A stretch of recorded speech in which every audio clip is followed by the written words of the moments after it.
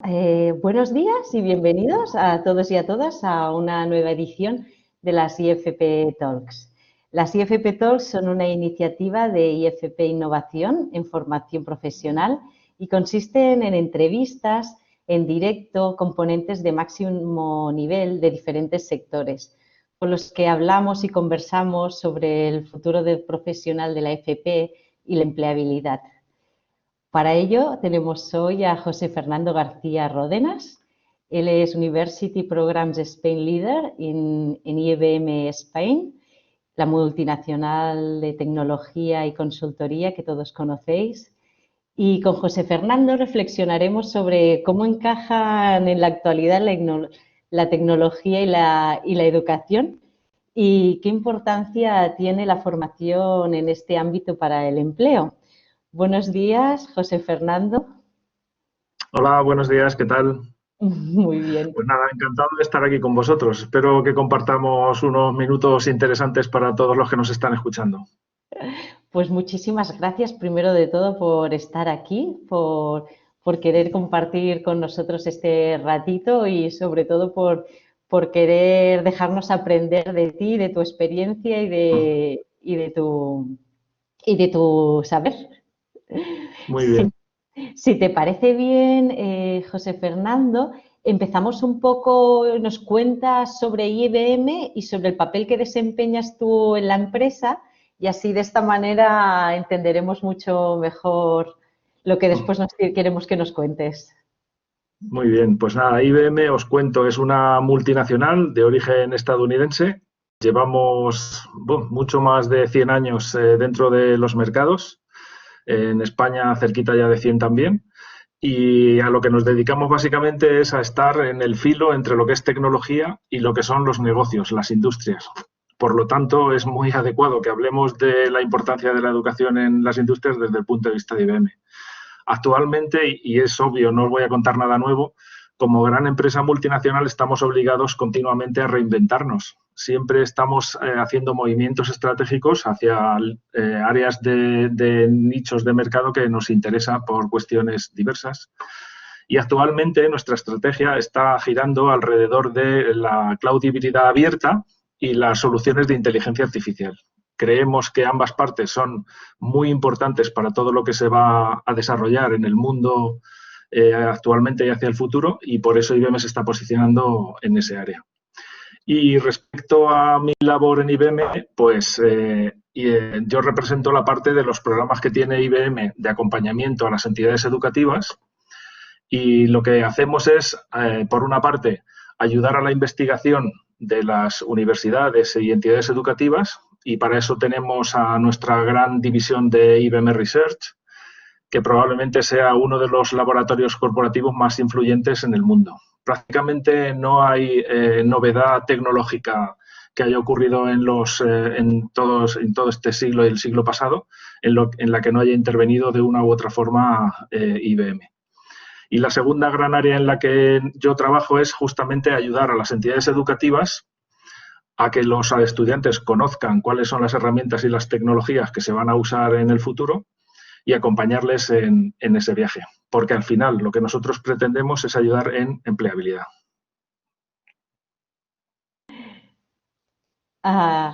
Perfecto, pues si te parece bien, ahora vamos a entrar un poco más ya entrando en el terreno de la educación y la tecnología y viendo tu trabajo y tu relación directa con ambos campos. ¿Qué importancia tiene la tecnología en el ámbito educativo y así ha tenido realmente un impacto en la educación? Que bueno, creo que sí, pero ¿cómo lo valoras? Muy bien. Pues vamos a ver, cuando hablamos de tecnología y mundo educativo, en realidad estamos hablando de dos cosas que son diferentes, pero que son complementarias. Por una parte tenemos que enseñar a nuestros alumnos, a los estudiantes, tecnología, cuáles son las grandes tecnologías sobre las que se está moviendo el mundo, de manera que ellos puedan aprender a tener una empleabilidad mejor para lo que demanda el país o el área o las empresas en las que está viviendo. Y por otra parte, no solamente a enseñar sobre tecnología, sino a enseñar con tecnología. Y esta segunda parte es probablemente sobre la que más se está debatiendo actualmente en el contexto de las entidades educativas, si bien La primera que os he dicho es tan o más importante que la segunda. Respecto al COVID, es obvio que ha impactado mucho el qué está pasando. De hecho, imaginaos qué hubiera sido de nosotros, por decirlo de alguna manera, si no hubieran existido los sistemas de videoconferencia. Imaginaos que estuviésemos hace 10 años, que no existían este tipo de herramientas. Pues no podríamos haber hecho lo que se ha hecho de una manera más o menos rupestre o más o menos poco elaborada, pero de alguna manera se está saliendo adelante con tener clases online, el tener conectados a los alumnos, etcétera. Pues hace 10 años hubiera sido básicamente imposible. Entonces, la tecnología se va incorporando poco a poco también a las formas de hacer, si bien es obvio que hay mucho camino que recorrer. Decía un antiguo rector de la Universidad de Lleida, Roberto Fernández, también es presidente de la CRUE, de la Conferencia de Rectores de Universidades, que con dinero no se puede hacer todo, pero que sin dinero se pueden hacer muy pocas cosas. Entonces, también es un punto de atención para que todo mejore, para que nuestro ecosistema de educación sea cada vez más rico, también hay que poner un punto de atención a las inversiones en nuestro sistema educativo. Y bueno, es que en cierta manera lo que nos hablabas, ¿no? Que todos nos vamos a tener que someter un poco también, ¿no? a la formación continua, ¿no? Partiendo de esta actitud de adaptarnos al cambio, ¿no? Lo digo por lo que nos comentabas de que no es solo la formación sí. en tecnología, ¿no? Sino cómo la tecnología la incorporamos dentro del sistema. No, fíjate, en IBM somos obviamente una empresa, digamos, diferente porque estamos en la punta de tecnología, pero al final somos una empresa. Y entonces, dentro de la empresa, pues hay empleados que tienen que desarrollar su actividad de acuerdo a lo que hace la empresa, a su estrategia, etcétera. Pues si tú miras lo que yo o cualquier empleado de IBM hacía 5 años respecto a lo que hacemos ahora, es que no se parece prácticamente en nada. Una de las necesidades absolutas, pero cuando ya estás imbuido en esta forma de hacer, aparece de forma natural, es el cambio. Tienes que ser una persona que se adapte muy bien al cambio. Eso es fundamental. Entonces, es algo que está ahí, que es necesario. Tú deberías saber que hay proyecciones que dicen que lo que tus conocimientos actuales, ya incorporado incluso en el mundo profesional, en la mayoría de los casos, dentro de 3 o 4 años, su validez habrá bajado al 50%. La importancia de lo que estás haciendo habrá cambiado. Y, por lo tanto, no nos queda más remedio a todos que reinventarnos continuamente. Que hagamos del hecho del aprendizaje algo que sea natural y consustancial a lo que es nuestra vida. Se suele acuñar el término de long life learning, pero es que es así. Deberíamos ser lo suficientemente hábiles o inquietos en que siempre estemos aprendiendo cosas nuevas. Sí. Es algo que unas generaciones atrás no pasaba, ¿no? No era tan, o por lo menos no era tan rápido el cambio, ¿no? Porque antes estudiabas una cosa y acababas casi toda tu vida haciendo como lo mismo. Y ahora es constantemente formarnos y estar evolucionando, pero de una manera muy, muy veloz, a la misma velocidad que evolucionan las tecnologías. Es que ellas nos están marcando como un poco el ritmo, ¿no? Sí, efectivamente. Cuando hablamos de COVID, efectivamente, COVID en realidad lo que ha hecho es acelerar procesos respecto a la educación y respecto a los cambios, acelerar procesos que ya se estaban produciendo. Básicamente eso es lo que ha ocurrido. No es nada nuevo, pero hay procesos que se han acelerado. Y es lo que está haciendo la tecnología. Al final es como un habilitador de que ocurran cosas. Y las cosas que están ocurriendo es que con las nuevas tecnologías que llegan, pues las empresas están cambiando sus modelos de negocio y las cadenas de valor de sus entidades. También están influyendo mucho las redes sociales, la globalización. Casi que cualquier cosa que se haga en cualquier lugar del mundo se puede repetir, se puede replicar para bien o para mal, dependiendo del tema, pero se puede aprovechar, digamos. Entonces, todo eso está haciendo, si nos vamos ahora a mirarlo desde el punto de vista de las entidades educativas, que por una parte las entidades educativas y los profesores tienen que luchar cada vez más en continuar siendo relevantes. O sea, no pueden estancarse en conocimientos que lo mismo ya no aplican o que en realidad hay otros sobre los que se debería enseñar mejor. Pero por otra parte, los alumnos también están exigiendo que reciban educación utilizando herramientas apropiadas a los tiempos que vivimos y al tipo de formación que están recibiendo.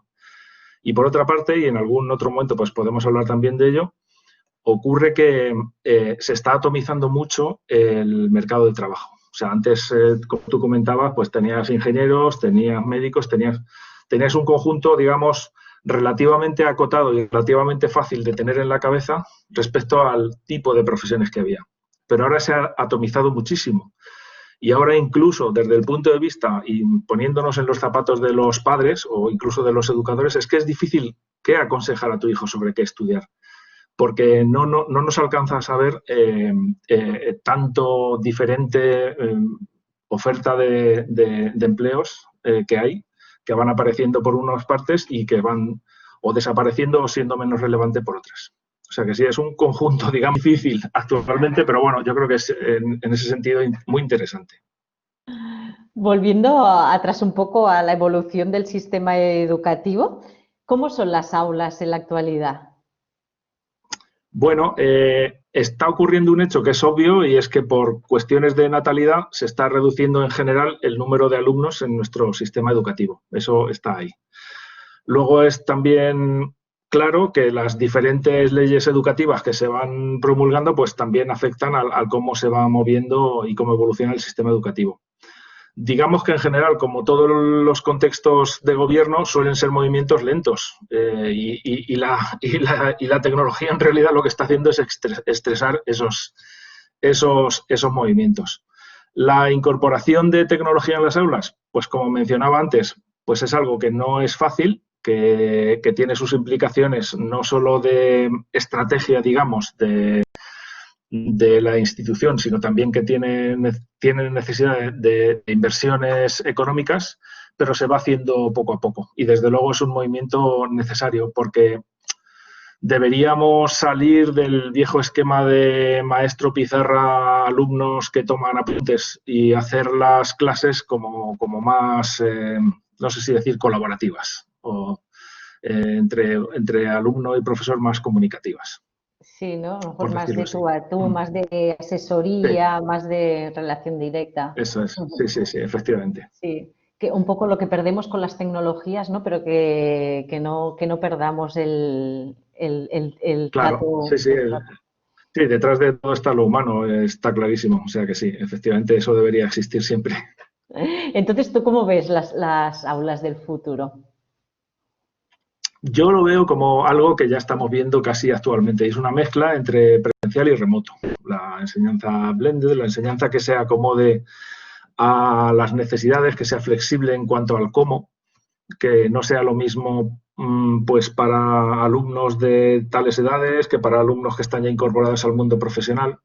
Bueno, yo creo que eso ya está ahí y es, en mi opinión, es claro que se va a quedar la enseñanza presencial junto con la enseñanza online o remota. Por otra parte, se busca que lo que haya sean experiencias más enriquecidas, que mantengan la atención de los alumnos de una manera más clara, para que se aproveche todo el tiempo de mejor manera y que se utilicen tecnologías como puede ser pues la inteligencia artificial o la realidad aumentada.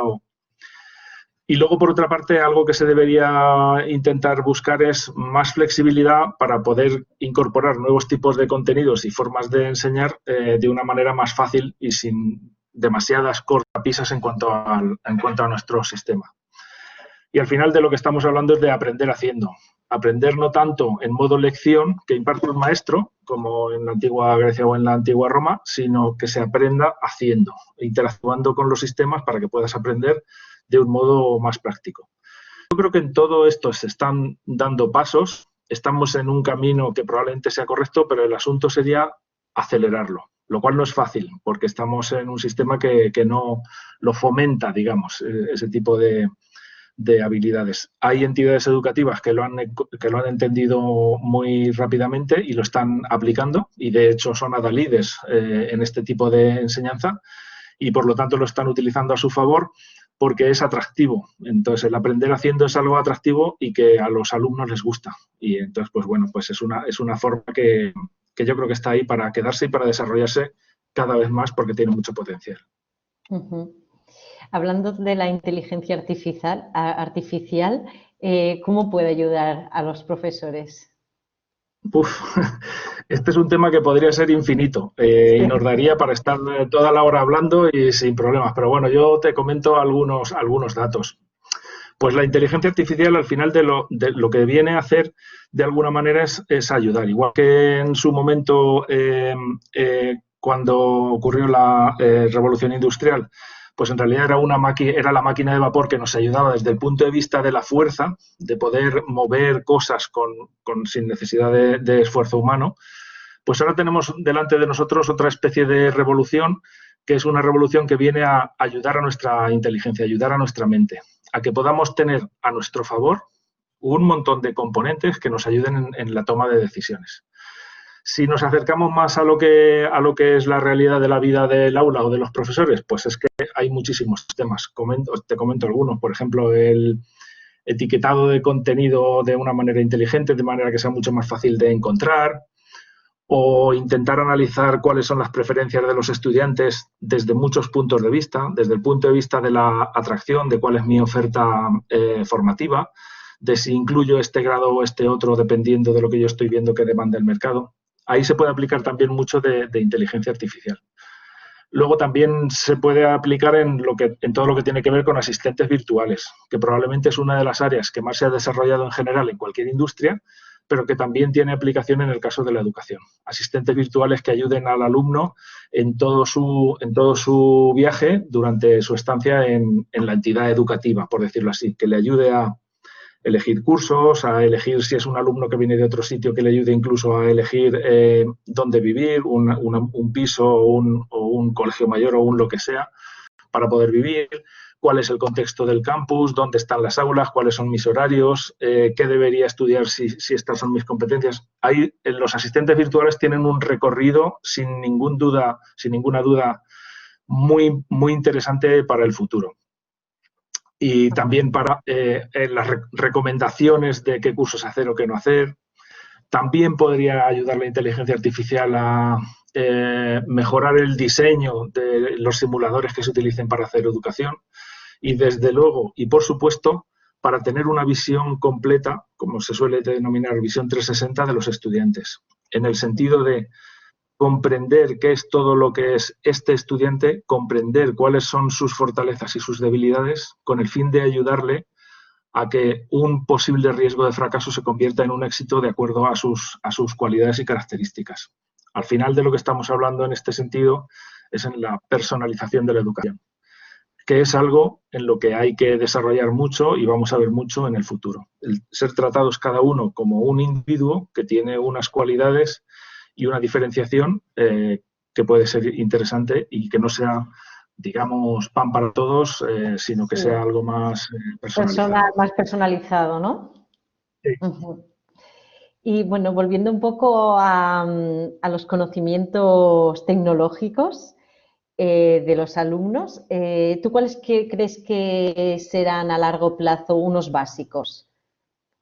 Los que todo estudiante deberá dominar. Te voy a hablar de dos básicos y por diferentes motivos. Uno es las matemáticas. Las matemáticas están en toda la vida, son la vida y deberían ser parte de incluso nuestro gusto, pero del gusto de todos. Y si las matemáticas no son del gusto de alguien, es que probablemente la formación que ha recibido en las primeras etapas de su vida no ha sido la correcta. Y aparte de las matemáticas, otro tema que es muy importante, que ya está empezando a hablarse mucho de ello, que es la programación. Programación en diversos lenguajes y perspectivas. De hecho, la corriente de incluir el pensamiento computacional desde etapas muy tempranas en la enseñanza está cada vez más presente. Y además tiene mucho atractivo si se hace bien. Programar permite a los estudiantes no solamente consumir contenidos, sino crearlos, lo cual es muy satisfactorio. Se pueden hacer prácticas en situaciones de riesgo, por ejemplo, estando en entornos seguros. Los profesores de programación pueden contar historias y juegos. Y es algo así como que la programación es un nuevo tipo de literatura y va a ser o debería ser parte de nuestros trabajos futuros. Aprender a programar no solamente te da posibilidades de empleo, sino que te que te permite ver qué posibilidades tiene la tecnología para aplicar a solucionar retos y problemas que tenemos en nuestro día a día. Entonces, el cuándo empezar a trabajar el pensamiento computacional es algo que también se está viendo y puede ser, de hecho es aconsejable, en nuestro punto de vista, desde etapas muy tempranas, desde que eres un niño y prácticamente desde que empiezas a aprender otras disciplinas como puede ser lo que mencionaba yo antes, las matemáticas, desde muy, muy, muy temprano. Tendría que ser como la comprensión lectora, ¿no? De antaño, ¿no? Sí, Que todos del teníamos la futuro, asignatura exactamente. de la comprensión Sí, lectora, pues ahora la sí, programación, porque nos pues la ayuda a programación. comprender. Sí, exactamente. Sí, además al final es muy satisfactorio. Para un alumno que recibe una buena enseñanza de programación es personalmente también satisfactorio, aparte de que te da obviamente empleabilidad. Sí, sí. No. Bueno, y pensando en este tipo de conocimientos tecnológicos, como pueden ser la inteligencia artificial, la ciberseguridad, Big Data, Cloud Computing, todos estos que tanto están dando de qué hablar, ¿qué posibilidades tienen los perfiles de FP de desarrollarse en estos sectores, ¿no? Y si el mercado actual tiene una necesidad real de estudiantes de formación profesional para estos sectores. ¿Cómo Bueno, lo yo creo ves? que en este caso es obvio que las posibilidades de empleo cuando uno estudia formación profesional y especialmente cuando estudia formación profesional que tiene que ver con tecnologías, con TIC, es muy alta, ¿vale? Fíjate, yo te doy una anécdota. Cuando buscamos en IBM y en Vunext, una subsidiaria nuestra que también emplea a muchísimas personas en España, a estudiantes en prácticas de formación profesional, nos las vemos y nos las deseamos. Es muy difícil encontrarlos, lo cual quiere decir que probablemente dos cosas. Uno, la oferta es insuficiente, la oferta es insuficiente en formación profesional en tecnologías. Y segundo, a ti, desde el punto de vista del alumno, pues por supuesto te va a permitir tener una empleabilidad segura casi desde el principio, ¿vale? Entonces, yo diría que en este punto, formación profesional relacionado con TIC, empleabilidad 100%, seguridad de trabajo y por lo tanto sería importante que la considerases. ¿Cuál es el problema o uno de los problemas que yo veo? Primero, que tradicionalmente la formación profesional en España pues no se ha visto con buenos ojos y eso tiene que ver con el asesoramiento que reciben tanto los alumnos en las primeras etapas de su formación como los conocimientos que tienen los padres al respecto, que también son obviamente influenciadores en cuál es el camino que elige un alumno. Yo creo que se están dando pasos en positivo, pero desde luego es algo que si a mí me pregunta alguien si estaría bien estudiar formación profesional, pues probablemente buscando algo que esté de acuerdo con tus intereses, seguramente sí. Y bueno, un poco también relacionado, ¿no? Ahora ya nos vamos al sector de las mujeres. ¿Por qué crees tú que la participación de las mujeres en las profesiones TIC ha sido tan pobre? ¿Y cómo podemos promover y empoderar a las mujeres en estas profesiones, en las STEM, ¿no? Sí, bueno, a ver, es obvio que si las mujeres suponen el 50% de la población humana, el que no estén en un área concreta, de que pueden ser los estudios de tecnología, hace que se pierdan posibilidades de desarrollo profesional porque en tecnología ahora mismo es donde probablemente con diferencia más empleabilidad hay. La empleabilidad es básicamente total. Entonces, por una parte, la empleabilidad es muy alta, por otra parte, los sueldos, el dinero que uno recibe como compensación por su trabajo en STEM, también son más altos, ¿vale? En los últimos años se ha visto cómo están creciendo las vocaciones hacia áreas de salud o temas sociales en el caso de la mujer. En el caso de la tecnología está ocurriendo un proceso contrario. Las vocaciones están bajando. Probablemente habría que incidir en dos temas que son muy importantes. Por una parte, en la falta de modelos, personas que ya han estado en este tipo de áreas anteriormente y que puedan servir para inspirarme a mí, mujer, como área en la que desarrollar mis conocimientos. Entonces, ahora también se está trabajando mucho en esto y y se está trabajando en personas que puedan servirte a ti como apoyo para que tú veas que esta persona, esta mujer, se ha desarrollado profesionalmente en esta área con mucho éxito. Por otra parte, también habría que apoyar todo lo que es la orientación familiar.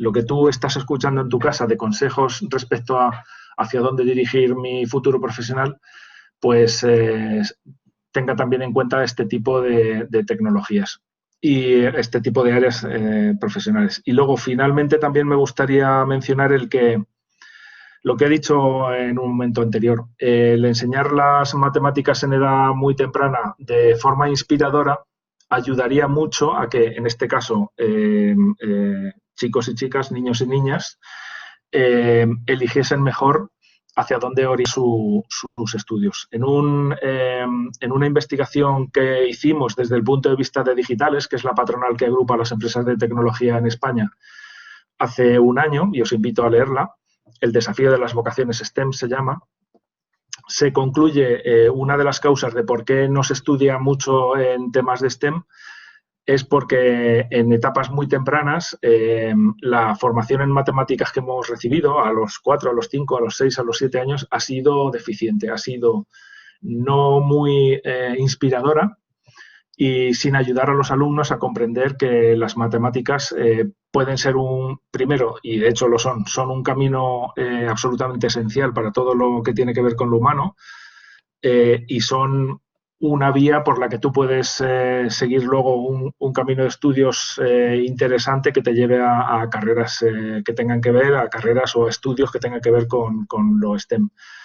Y que las matemáticas, por supuesto, tienen mucho que ver con lo social, si es que el asunto es la inspiración hacia cómo puedo yo ayudar al mundo. Ay, nada, que se me había quedado esto un poco colgado. Bueno, José Fernando, mira, para acabar yo un poco, para cerrar la entrevista, nos gustaría que nos dieras tu punto de vista de la FP y para que nuestros alumnos y todos aquellos interesados en formación profesional viéramos tu opinión sobre cómo ves el futuro de la FP.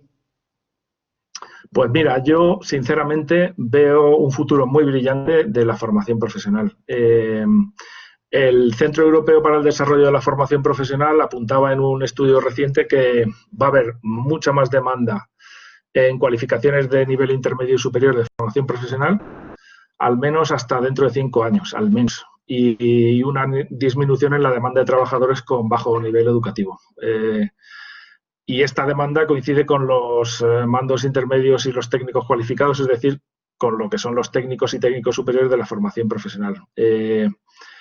Y donde mires se abunda en la necesidad y en el futuro importante que va a tener la formación profesional. La OCDE también nos dice que los programas de formación profesional son un itinerario valioso para acceder al mercado laboral o continuar formándote y se han demostrado muy efectivos en algo que es un problema que tenemos en España y es paliar el desempleo juvenil. Por lo tanto, desde mi punto de vista, yo les diría a los jóvenes estudiantes que están pensando que estudiar, que la formación profesional la miren con cariño porque pueden encontrar ahí un futuro profesional.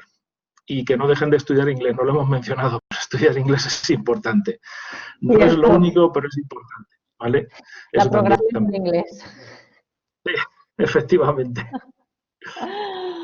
Está bien. Bueno, pues mira, ya para acabar, ¿qué consejo le darías a nuestros alumnos, a nuestros futuros profesionales? Bueno, pues los dos que ya hemos dicho, estudiar inglés, aprender un poquito de programación y luego que en lo que elijan, sea lo que sea, lo hagan con pasión, que se estudien con responsabilidad y con compromiso.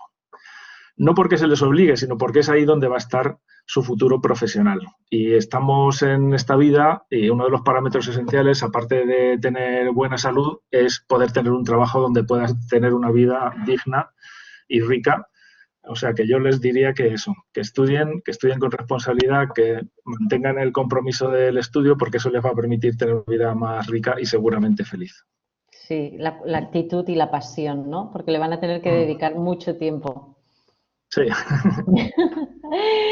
Pues nada, muchísimas gracias. Mira, justo lo hemos clavado, son las 10:30, 10:31. Ajá, Y si te parece bien, pues lo dejaremos aquí. muy bien. Muchísimas gracias por haber compartido con nosotros este ratito. Y nada, que esperamos volverte a tener pronto en otra IFP Talk o en cualquier otra colaboración. Muy bien, encantado. Muchas gracias a todos. Gracias a vosotros también, los que estáis al otro lado, alumnos, profesores, empresarios, amigos y amigas. Muchísimas gracias y nos vemos en la próxima IFP Talk. Chao.